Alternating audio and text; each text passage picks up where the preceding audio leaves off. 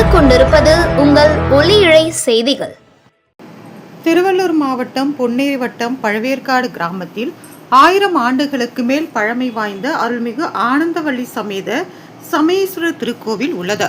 சுமார் 2 ஏக்கர் பரப்பளவில் அமைந்துள்ள இந்த கோவிலில் கடந்த 2022ஆம் ஆண்டு கடந்த கால ஆட்சியின் முன்னாள் இந்து சமய அறநிலையத்துறை அமைச்சராக இருந்த சேகர்பாபு தலைமையில் நேரில் வந்து ஆய்வு மேற்கொள்ளப்பட்டது.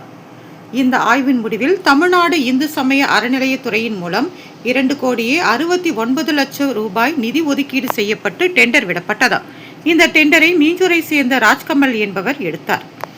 இந்த கோவில் பாரம்பரியத்தை காக்கவும் பராமரிக்கவும் கோவில் புனரமைக்க கடந்த 2023ஆம் ஆண்டு பாலாலயம் செய்யப்பட்டது. ராஜ்கமல் தலைமையில் கடந்த 2023ஆம் ஆண்டு கோவிலின் நுழைவு வாயில் கோபுரம் இடிக்கப்பட்டு தற்போது வரை அந்த கோவில் புனரமைக்கப்படாமல் எந்த ஒரு வேலையும் செய்யப்படாமல் அனைத்து வேலைகளும் நிறுத்தப்பட்டது. இது குறித்து எந்த ஒரு தகவலும் இது நாள் வரை சரியாக கூறப்படாமல் உள்ளது. தற்போது அந்த ஊரில் அமைந்திருக்கும் 1000 ஆண்டுகளுக்கு மேல் பழமை வாய்ந்த இந்த திருக்கோவிலானது பாழடையும் நிலையில் உள்ளது.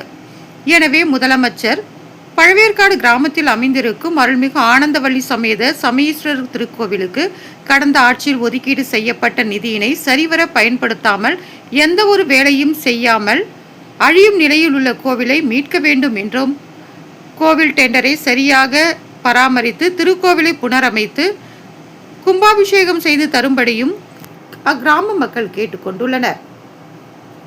இது குறித்து பழவேற்காடு கிராம மக்கள் முதலமைச்சர் மற்றும் இந்து சமய அறநிலையத்துறை இணை ஆணையர், திருவள்ளூர் மாவட்ட ஆட்சியர், இந்து சமய அறநிலையத்துறை செயல் அலுவலர் ஆகியோருக்கு கோரிக்கை மனு அனுப்பியுள்ளனர்.